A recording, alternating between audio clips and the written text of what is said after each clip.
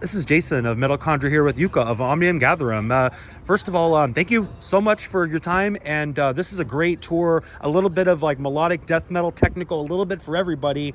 How did this tour start? Is this something the band wanted to do, or is this something just a record label thought would be a good idea? Are you friends with the bands? How did the tour start? Well, first of all, nice to be here. Hey guys.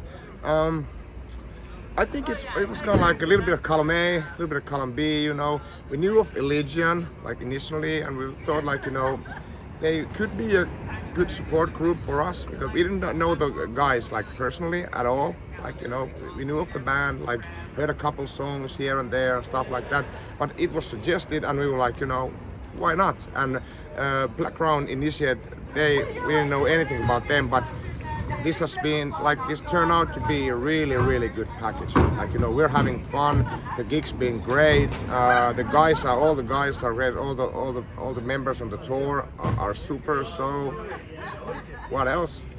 Would one want? Right? Yeah. And correct me if I'm wrong, I believe this is your first time headlining in the States, is that correct? Mm-hmm. I think your first tour was with Dark Tranquility in 2014, I believe, your first time in the US? Yes.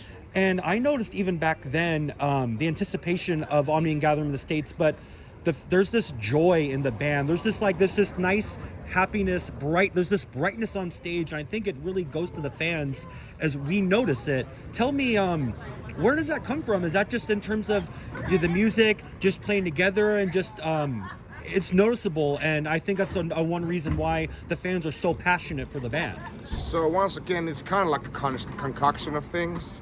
In a sense that, you know, of course, when we go on stage, we give it 100% each time. It doesn't matter if 4 people, 400, 4,000, 40,000 people, it's always the same because we love this music. This is our passion in a sense. And every time we go on stage and start to play our music, it's like a one-time opportunity each and every time because every show is different, of course. Right. So that explains a lot, you know, about the passion we feel about this music and the respect we feel for our listeners and people who come to our shows, of course, because, you know, they expect a good show, they like our music, so why give anything less? That's well said, and I think it's evident. We see it and we feel it, you know. Mm-hmm. So Originist came out a few months ago, and the thing I noticed right away was there's an Aapo. How do you pronounce his name? Your keyboardist, Aapo. Yeah. The keyboards in this album compared to the other ones, I felt were not just in the background. They enhanced a lot of the music when the tempo slows down. It created this extra this synth like atmosphere that made the music really like just especially unique and stand out. And talk to me about his contributions on the new album Origin and how did he do anything differently on this record? Well, I think the thing is, like, you know, we tried to get like a little bit of synthwave thing going on, and he has a lot of experience with experiencing different kinds of sounds and stuff like that. So we kind of gave him like free hands to do, like, you know, do your thing now, and like you can have as much as time as you like, you know. And he recorded all the stuff at home. So he has like kind of like a privacy that he likes, like, you know, he's kind of like a private person in a good way. So sometimes in the studio, it's a little bit difficult for him to do those things. He always manages, I don't talk about that, he always manages, he always delivers. But the fact of the matter is, he got to do his own thing, and we were like, you know, you have free hands to do. And he came out like with 10 out of 10 of that thing. And we are so fortunate to have such a professional keyboard player in our band. You can hear it in the intro for Emergence. You can hear, like, I hear that synth. It almost has this 80s vibe. It certainly does. Okay, Yeah. I thought it was just like, it reminds me of Top Gun. It reminds me of these 80s soundtracks. Yeah, actually, got a Miami Vice vibe going on there, like, you know, usual movies like, you know, Blood Sports or whatever you think, like, you know, Big Trouble in Little China and stuff like that. Yeah. You know, and that we were kind of like aiming for that 80s/90s sound, and a combination with the modern. With the modern soundscape also attached to it, so Right. It's kind of like a hybrid thing going on there, and I'm so pleased to hear that people are enjoying it because, you know, it really creates a certain kind of atmosphere into the whole album. And it tells you too that a band's new album can be great, you know, a lot of fans, it's always the first, the second album. I like when the bands do different things. I like change. I like bands, you know, improving. It's well, great. like we all know, like the change is the only constant thing in the world. So we have to Right. evolve in the sense, like, you know, keep on going. It's also for the respect of the music in general, to be not stuck in a particular, to not be stagnant in a particular way, to be able to rediscover yourself as a musician, to rediscover yourself as a group, and to rediscover yourself as music makers in general. So it is really important for us because, you know, we have a trademark OG sound in a sense, because you can really tell it's our music, it's our songs, but we try to be able to move it forward in that sense that people can again and again get excited about, like, you know, these guys, they are really trying for themselves, they are really trying also for their like listeners to be able to keep things fresh. One thing I noticed too about the new album Origin is during a lot of, like, in Prime and Paragon, in the middle sections, when the tempo slowed down drastically and the solo it almost felt like time would stop and just everything was just like, I don't know, there was just this grand decrease of tempo, and it made the solos, it made the keyboard parts really stand out. It was a nice theme I've heard like in the album. Tell me about the tempo. What was it like making those kind of changes to do different kinds of unique? Well, it's all about dynamics in a sense. You know, to create like that kind of music that, like, you know, lasts more than 10 listens. Like, you know, you can always go back and discover new things. That also has a lot to do with tempo. Tempo changes in particular parts. Like, you know, you have your ups, you have your downs, and you have how do you say it? Inventive timekeeping in a sense. Of course, we do it by the click in general, but, like, you know, with the tempos, you can just play around a bit here and there to create this kind of atmosphere that keeps, like, you know, if you do like those kinds of things, when it slows down a bit and then you just like blast it away, of course it, like, you can feel it in your gut. Yeah, there's just it's so present at the moment. When it slows down instantly, you can feel it. Now those are more details of the album I really appreciated. And as the vocalist, do you you're in charge? What are you in charge of in the band in terms of writing, and do you do any musical contribution, or is it vocals and lyrics only? Well, it's mainly vocals and lyrics. Okay. The arrangements of vocals and the lyrical content is like 100% mine. But, you know, with the clear singing, I do some of the melodies there, here and there, and we think about them together with Marcus and stuff like that. It was passed in, it was the, like, you know, I did all the like clear vocal melodies, but in this record, Marcus also contributed to that, and we kind of like discovered, you know, we have been doing a cooperation forever, since 2006, but, you know, now we discovered that we can also do like clean vocals together, like, you know, like for example, the song Fortitude, which is kind of slower. I made the main melody for the clean vocals for the chorus, and then Marcus made the, like, you know, the other, like, you know, background vocals, like, you know, harmonies and stuff like that to there, and we were like, you know, okay, we can also do this together, so it's great. It's good to find new things with someone, a friend, a partner, a band member, to find such a new thing this far into the band, you know, that's nice. Yeah, it's really great because this is the thing that we can also, like I was talking, for like dynamics and, you know, like this to keep music evolving. So now we have a new chance to also evolve in that sense. What talk to me about Marcus's Van Helle, the guitar player, the one who started the band. What is his style like? It's hard to make good melodic death metal. There's so many choices. There's so many types of, you know, the riff, you know, the whiff, you know, the da da da da da da that we hear. But tell me about, what is his style like? What does he see in colors in the music, or what he feels? From your point of view, what is his style as a guitar player? Well, you know, when you mention colors, you know, he's not synesthetic or anything, but I would say, like, you know, he's also always trying to. He has his, like, you know, like a traditional sound that goes on from album to album, but also there's an evolvement there. So he always likes to try new things and to discover, like, you know, how can I make my sound to be able to be recognized, but to have something new in it. So it's kind of like a similar thing with the whole band. He just wants to offer people new perspectives and also treat himself with new perspective, because that is one thing that makes like composing interesting. At least this is what he told me. Like, you know, he's not like, you know, he does not have a specific goal in that way that, you know, this is what I'm aiming for. Right? It kind of comes like it depends on the mood.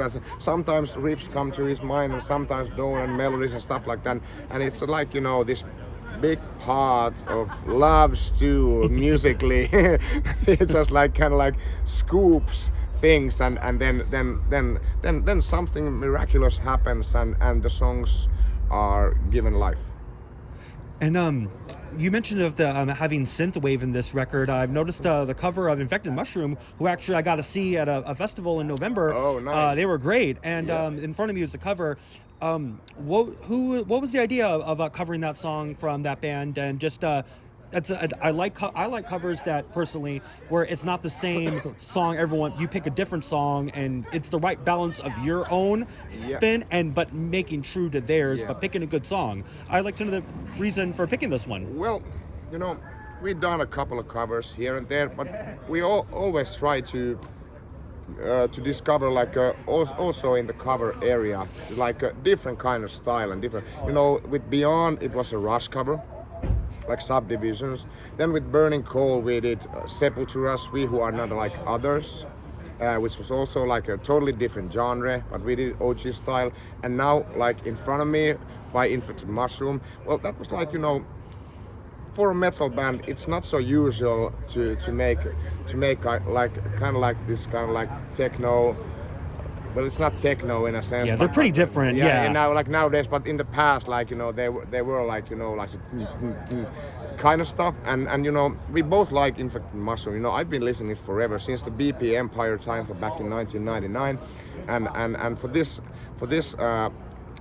it has like a good vibe, that song in general, like good melodies and this kind of like, you know, also lyrically, it's a little bit kind of similar like my lyrics, but like they are far away from each other, but there are like focus points here and there.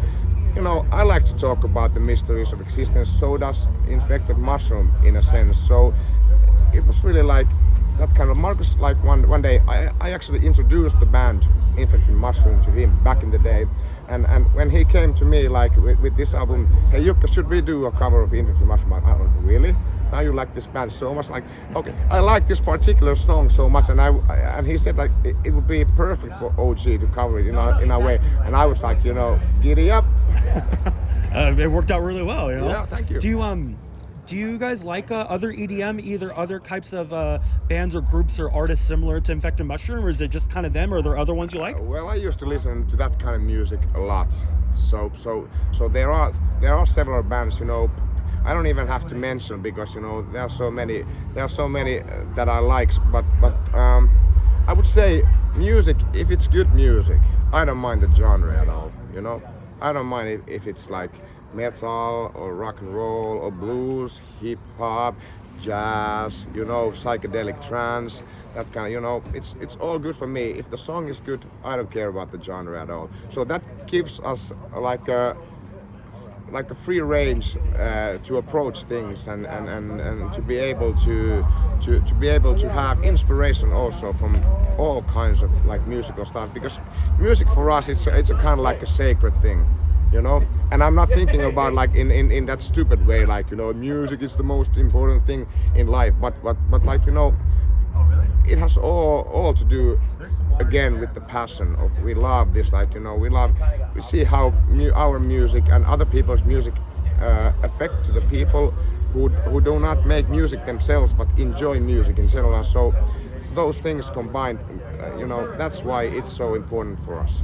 Those things combined and makes it important for everyone. It's one thing that we can really share with other people, and I think that's really important. I agree. It's what brings us together. It's why we do what we do, and why we listen to so many types of genres of music, so many types of genres of metal, and it's good to appreciate other perspectives. Of course. because love it. people who do music, like at the end, like in the end, it's work. And it's hard work, like, you know, and we are hard workers, and we respect people that are outside of like music in general, but they are hard workers, so they deserve our hard work as well, to be able to make quality music for them to enjoy. With we're hoping that these shows in general have been. I saw Immolation a few weeks ago on a Tuesday, and it was packed in LA. And all these shows have been doing really well with, you know, things being restrictions uplifted. And I hope it continues. I don't want this to be a trend. Oh, we go back to how it used to be. I hope this reminds people, no matter what happens in life, this can go away. And I'm hoping that we can. Do you see either in merchandise, in sales, or anything else around internationally here that the people coming back to shows, have you noticed as a band, like, whoa, like it's been a lot better in terms of either selling or just in general? Like, well, has it been? It's really hard to say, because, you know, this is the first like a tour after the pandemic for us. Okay. So I really can't give you like a comparison in that sense.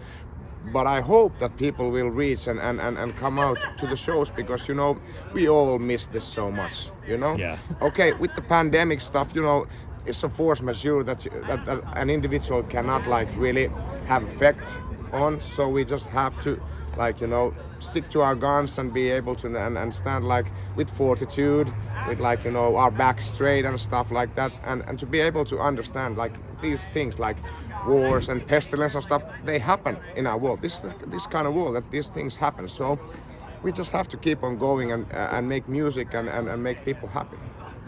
Going forward after this tour, is there what's the band's goal? I mean, the album just came out a few months ago, so want to tour that.